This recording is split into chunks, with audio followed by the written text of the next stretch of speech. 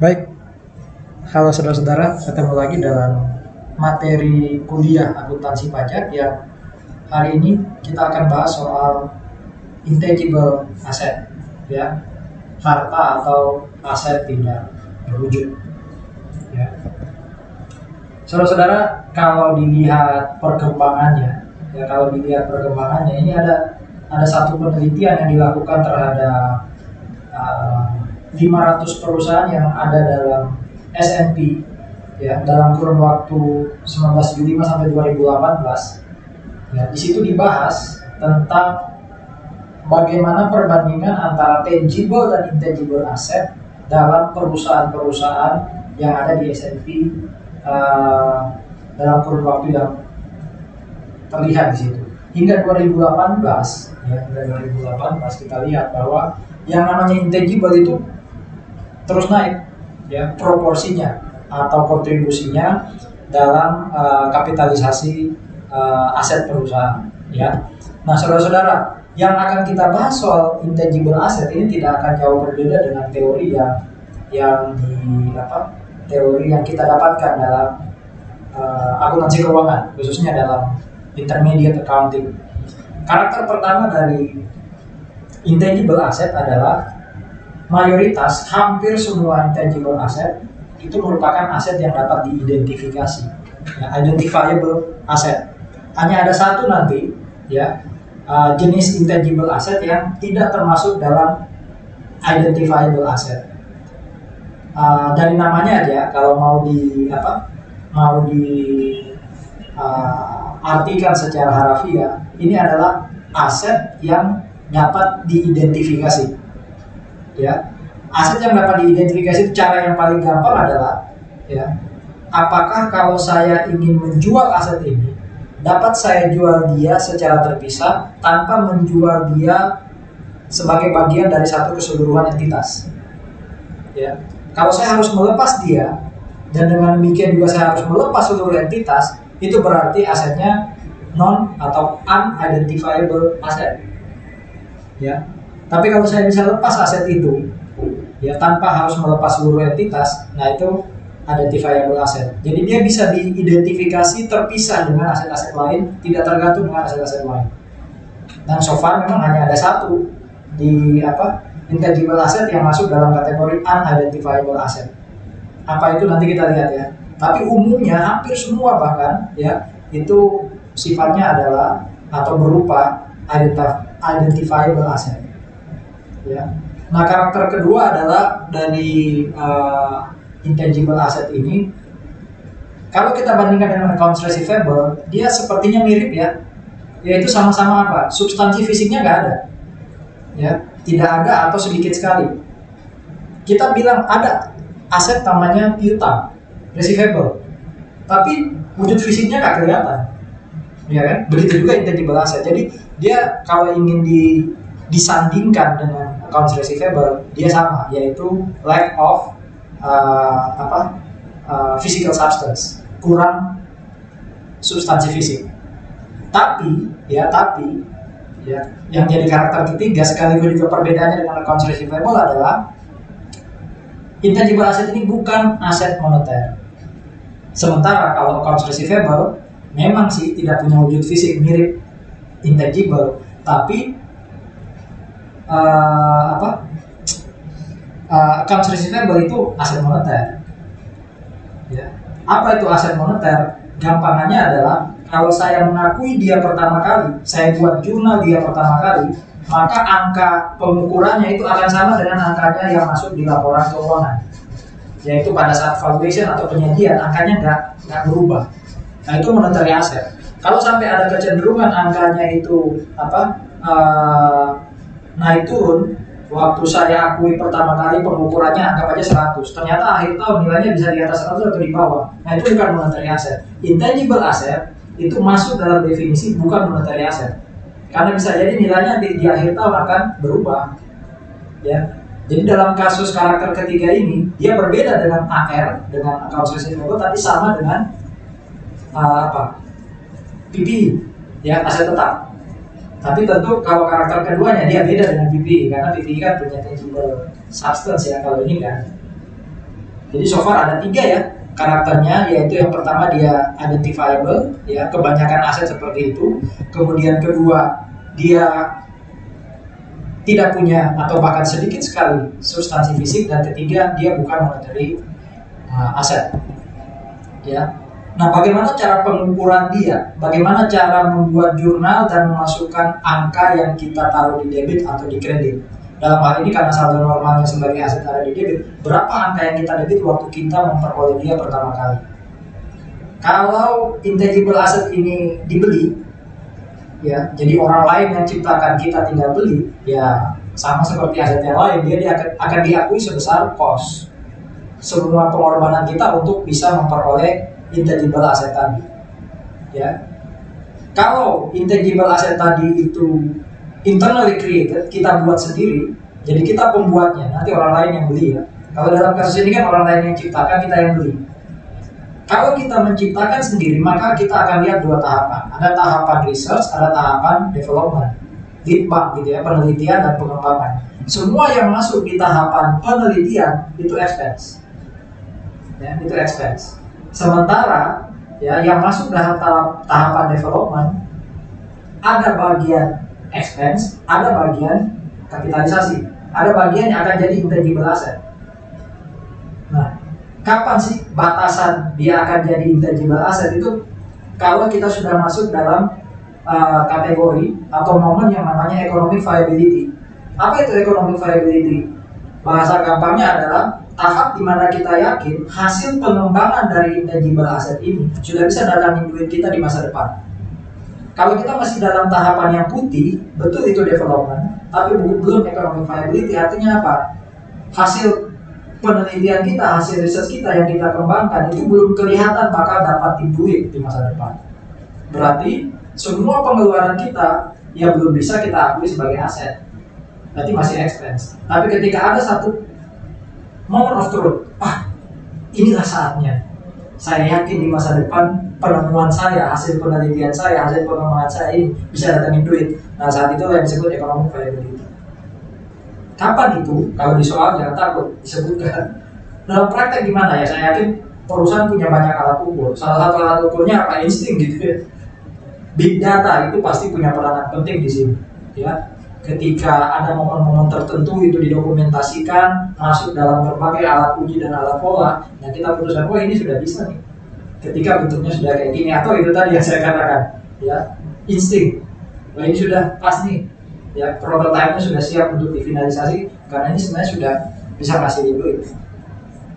Ya, jadi kalau dibeli pasti cost, sementara kalau diciptakan sendiri ada tahapan dia expense, yaitu research dan tahapan awal development. Tapi ketika development sudah masuk dalam tahap economic viability, itu semuanya dikapitalisasi jadi aset.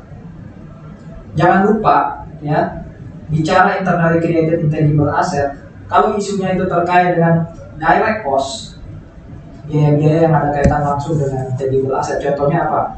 Biaya-biaya yang terkait dengan pendaftaran aset tadi di pengadilan atau di lembaga hakim, ya hak atas kekayaan intelektual, itu direct cost. Nah itu dikapitalisasi. Jadi walaupun internally created, ya kita belum tahu dia economic viability atau tidak, selama itu direct cost, itu pasti dikapitalisasi. Bagaimana dengan amortisasinya? Ya, apakah intangible asset pasti disusutkan, pasti diamortisasi? Jawabannya adalah tergantung dari apakah useful life dari intangible asset tadi bisa diidentifikasi atau tidak, bisa diestimasi atau tidak, bisa ketahuan atau tidak, terbatas atau tidak. Kalau useful life-nya itu bisa diestimasi, atau dengan kata lain, kalau useful life-nya itu terbatas, maka dia pasti diamortisasi selama useful life. Tapi kalau intangible asset tadi itu setelah diestimasi, dicari tahu, coba diolah, dianalisis, nggak bisa ketahuan berapa lama kira-kira useful life-nya, maka dia tidak diamortisasi. Ya. Nah, saya stop di sini untuk lompat langsung ke jenis-jenis intangible asset. Ya. Kalau tadi dikatakan hampir seluruh intangible asset identifiable, ada satu yang enggak, yaitu goodwill. Ya, goodwill itu bukan identifiable asset. Kenapa? Nanti ketika kita bahas goodwill. Kalau bicara amortisasi, bahwa hampir seluruh aset intangible asset itu diamortisasi, hanya satu yang enggak, yaitu goodwill. Ya, so far. Kenapa? Karena goodwill itu melekat pada going concern assumption menurut saya ya.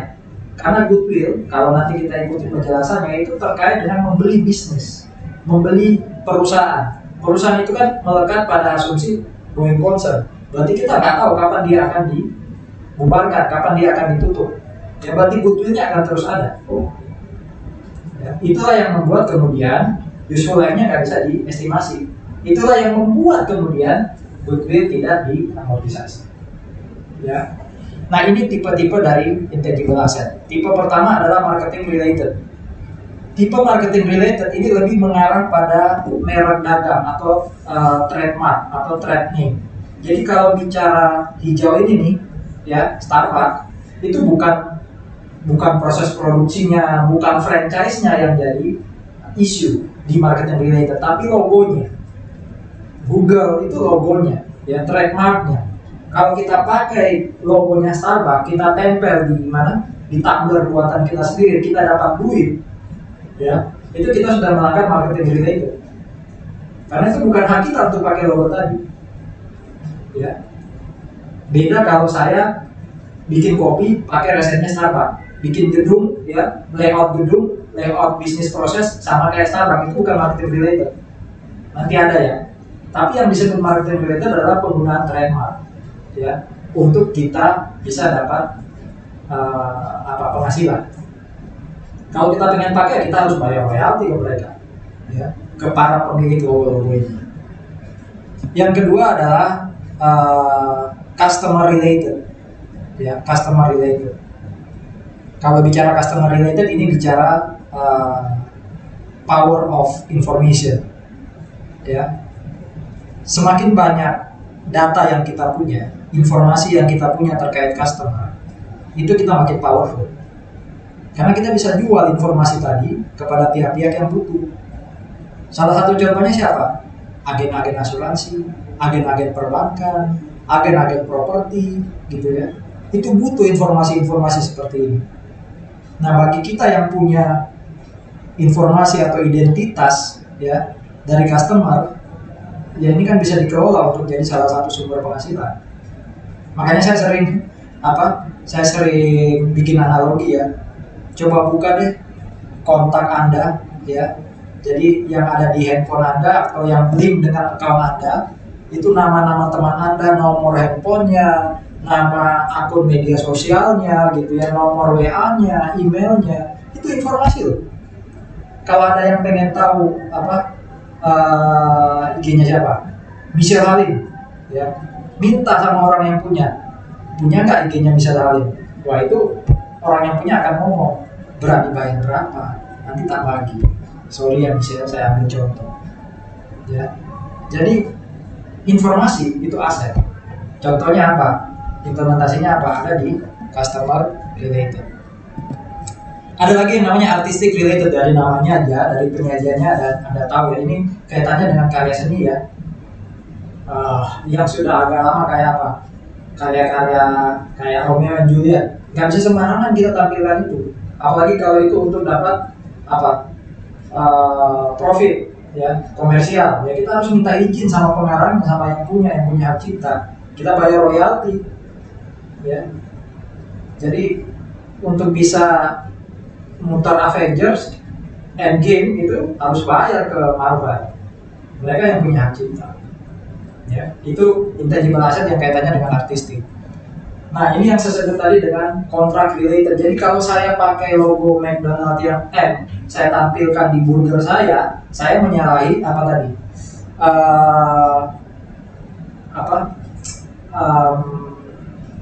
Yang paling awal tadi, marketing related.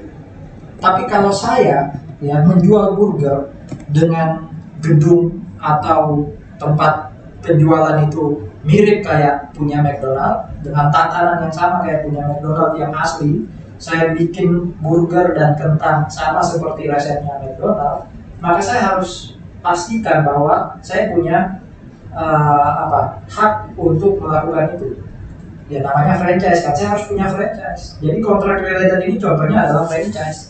Ya, jadi franchise itu bagian dari intangible asset yang tipenya adalah kontrak related.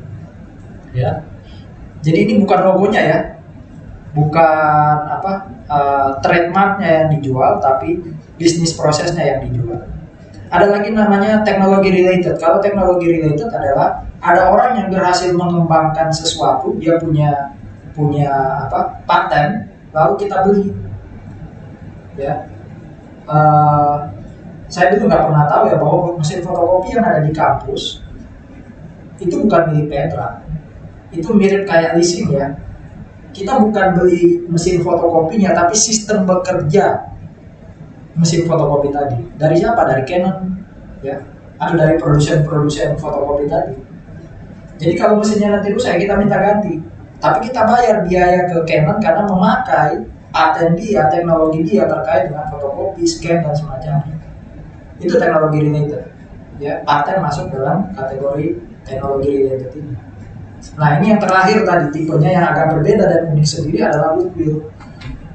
Coba dibaca lagi ya, konsep goodwill yang ada di intermediate accounting.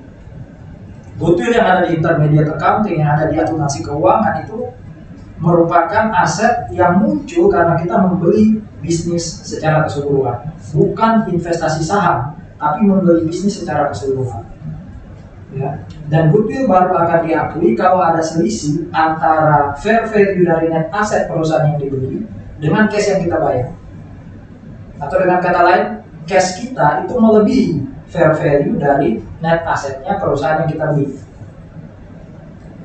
Perusahaan yang kita beli punya net aset 100, ya. Di pasar harganya jadi 120. Saya bayar 150. Jadi fair value net asetnya 120, saya bayar 150. Ada selisih 30 tuh dengan fair value-nya. Harganya di pasar cuma 120, saya bayar lebih. Nah, lebihnya itu yang disebut goodwill. Ya. Lebihnya itu yang kemudian disebut sebagai goodwill, ya. Jadi itu tipe-tipenya intangible asset ya. Dari yang pertama tadi terkait dengan trademark, ya, marketing related. Lalu contohnya customer list itu customer related, ya. Lalu ada yang terkait dengan seni, karya sastra, karya seni, karya musik, gitu ya. Franchise contohnya ada di kontrak related, ya. Hak paten itu terkait dengan teknologi related dan goodwill, ya, dan goodwill. Nah, sekarang itu tadi kan baru pengantar akuntansinya. Nah, sekarang bagaimana kaitannya dengan pajak? Apa sih yang diatur pajak terkait dengan intangible asset? Ya, sekarang kita lihat. Isu yang terkait dengan intangible asset yang ada di pajak adalah measurement dan valuation-nya. Jadi waktu pertama kali di jurnal dan di akhir periode itu tidak berbeda. Ya.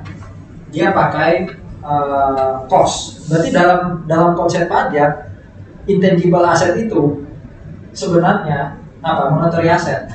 Karena angka yang di jurnal pertama kali di jurnal umum dengan angka di laporan keuangan itu nilainya sama. Ya, itu nilainya sama. Oke, jadi measurement dan valuation-nya selalu sebesar cost. Ya. Yang kedua adalah seluruh intangible asset diamortisasi. Apa bedanya dengan akuntansi? Akuntansi kan tadi mengatakan hanya intangible asset yang useful life-nya dapat diestimasi atau yang useful life-nya terbatas itu yang diamortisasi. Kalau di pajak semua harus diamortisasi. Ya, pasal 11A ayat 1 mengatakan itu. Ya, jadi tidak ada batasan intangible asset yang diamortisasi atau tidak. Nah, saudara-saudara, terkait ini pertanyaannya adalah terus berapa lama useful life-nya intangible asset yang di akuntansi tidak dapat diestimasi tadi? Nah, Anda sudah sama-sama paham, amortisasi pajak itu kan amortisasi pajak itu kan punya tabel ya, sudah punya acuan. Jadi akan pakai yang paling panjang. Ya. Jadi yang kelompok atau useful life-nya paling panjang di antara list yang sudah diberikan oleh Undang-Undang PPH ya, 36 tahun 2008. Di sini juga diatur bahwa amortisasi itu pakainya pendekatan bulan, mirip kayak depresiasi. Kalau di akuntansi kan kita kenal ya, ada pendekatan proporsi gitu ya, baik itu bulanan, harian, tahunan. Tapi kalau di pajak pasti pakai pendekatan bulan. Jadi tanggal berapapun kita beli, maka dia dianggap full 1 bulan. Ya. Itu perbedaan lain dengan akuntansi. Di 11A ayat 2 ya, ditekankan bahwa untuk aset atau intangible asset yang useful life-nya tidak terbatas tadi, itu pakai asumsi dia di kelompok 4. Jadi 20 tahun. Nah, saudara-saudara, dalam praktek juga kadang di akuntansi ada, saya jujur aja coba riset, mungkin saya terbatas risetnya ya. Kalau aset tetap itu ada listnya. Ya, kelompok 1 itu yang kayak apa, kelompok 2 kayak apa. Saya coba cari intangible asset itu yang masuk kelompok 1 yang kayak apa, kelompok 2 kayak apa, itu kok saya belum dapat. Nah, pendekatan yang dipakai adalah gini, di akuntansi umurnya berapa lama? Ya, intangible asset tadi itu diasumsikan punya useful life berapa lama? Oh, 4 tahun. Kalau 4 ya berarti kelompok 1. Pak, kalau 3 tahun pasti kelompok 1. Bagaimana kalau 5 tahun, Pak? Nah, kalau 5 tahun dia lebih dekat ke 4 kan daripada ke 8, berarti dia kelompok 1 untuk pajaknya. Bagaimana kalau 7? Oh, gampang, dia kelompok 2 karena lebih dekat ke 8. Nah, yang masalah 6. 6 itu kelompok 1 atau 2? Nah, itu judgement perusahaan. Ya, diserahkan ke perusahaan. Jadi, mana yang lebih dekat dengan masa manfaat yang ada di pasal 11A ayat 2. Ya. Perbedaan lainnya adalah metode amortisasi. Yang ditekankan di pajak hanya metode satuan produksi dengan rumus seperti itu tuh. Jadi berapa harga perolehan dikurangi dengan estimasi residual value, ya, itu dikali dengan actual activity, ya, actual activity. Jadi kalau di pasal 11 ayat 4 dikatakan di situ khusus untuk penambangan minyak dan gas bumi, kita pakai metode yang namanya satuan produksi. Berapa cost kita? Contoh ya, saya beli tanah yang di bawahnya ada timah, saya bayar 1 M. Berapa kira-kira useful life? Berapa kira-kira residual value dari 1 M tadi? Anggap aja 0. Berarti 1 M kurang 0. Oke. Berapa banyak timah berapa banyak ons atau satuan timah yang ada dalam tanah? Anggap aja 1000. Berarti per unit timah itu beban amortisasinya, beban depresiasinya itu 1 juta. Ya kan, 1 M bagi 1000 berarti 1 juta. Nah, berapa amortisasi tahun ini kalau saya berhasil mengangkat 100? Ya, 1 juta kali 100 berarti tahun ini 100 juta. Ya. Kalau tahun depan saya ngangkat 200, ya 200 kali 1 juta berarti 200 juta. Sampai nanti akhirnya ya ketemu total amortisasinya adalah sama kayak cost minus salvage value, yaitu 1 M. Nah, bagaimana dengan selain minyak dan gas bumi? Pokoknya amortisasi di luar minyak dan gas bumi. Maka tetap pakai metode satuan produksi, tapi ada batasan di sini dikatakan 20% paling tinggi. Ya. Jadi kalau contoh tadi, saya keluarin uang 1 M ya untuk apa? Contohnya untuk anggap aja selain tambak minyak perkebunan, Pak. Ya, untuk hak guna usaha perkebunan. Nah, dari kebun itu ternyata bisa menghasilkan 1 juta, Pak, sama kayak tadi. Ya. 1000 unit pohon, Pak. Berarti kan per unit pohon itu harganya 1 juta, ya. Rate amortisasinya 1 juta.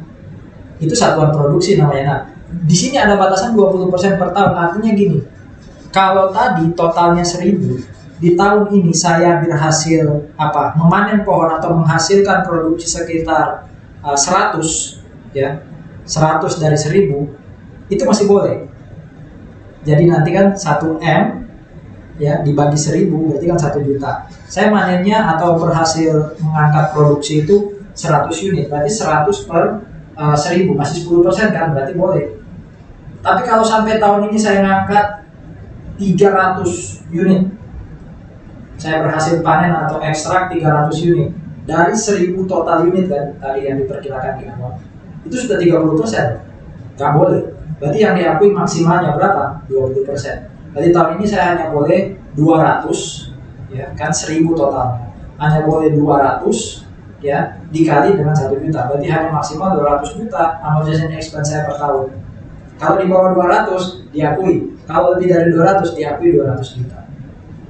Itu maksudnya. Jadi tetap pakai rumus ini, tapi perbandingan antara yang diekstrak ya, antara actual activity dengan total estimasi activity itu adalah maksimal 20% untuk selain tambang minyak dan gas bumi. Nah, ini ketetapan terkait kapan sih mulai bisa mengamortisasi. Apakah waktu sudah keluarin duit langsung diamortisasi tuh pengeluaran atas intangible asset? Di dalam PMK 248 2008 diatur ya untuk usaha-usaha seperti kehutanan, usaha budidaya tanaman keras, peternakan, itu baru bisa dilakukan amortisasinya setelah lebih dari 1 tahun beroperasi. Jadi nggak langsung ketika uang keluar langsung diamortisasikan, nunggu 1 tahun. Karena anggapannya adalah kita baru bisa mengamortisasi kalau sudah bisa mengidentifikasi aset kan. Kalau kita belum bisa dapat apa-apa dari kehutanan, ternyata sudah banjir, tidak bisa menghasilkan, ya saya ngapain amortisasi? Ya, itu expense saja sejak awal. Tapi ketika sudah 1 tahun, nah itu baru bisa mulai mengamortisasi. Ya. Perbedaan lainnya adalah diangkat di CAP DJP nomor 316, ya. Ini terkait dengan perangkat lunak ya, software.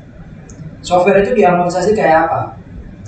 Kalau software itu dibeli lepasan, tidak terikat dengan apapun, tidak terikat karena beli komputer, tidak karena pengembangan untuk operasional organisasi, ya, maka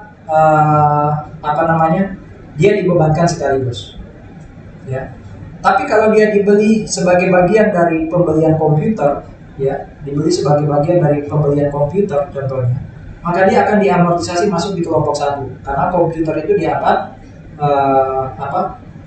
kelompok 1 ya, 4 tahun. Jadi amortisasi perangkat lunaknya juga mengikuti umur komputer atau useful life yang ada di pajak untuk komputer, yaitu kelompok 1 ya. Bagaimana kalau di-upgrade? Kalau softwarenya di-upgrade, maka masa manfaatnya mulai lagi dari 0 ya, masa manfaatnya mulai lagi dari 0 ya, kembali 4 tahun berikutnya ya. Itu kalau softwarenya kemudian di-upgrade. Apalagi nih di SEDJP nomor 1 tahun 2002, terlalu kecil ya, tapi saya coba bacakan ya, BPHTB yang kita bayar dalam rangka untuk memperoleh tanah atau bangunan ya, itu dibedakan dengan PBB, karena PBB itu dibayar, kita sama-sama tahu di perpajakan sudah kita bahas, di hukum pajak sudah kita bahas. PBB itu dibayar karena kita punya hak milik ya, itu yang ada di angka 8 poin A dan B. Nah yang C dikatakan gini,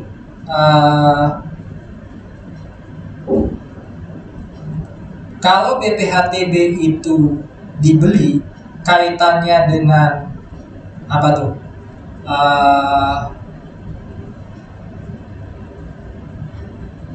tanah ya, maka amortisasinya itu pakai yang kelompok paling tinggi, yaitu useful life-nya 20.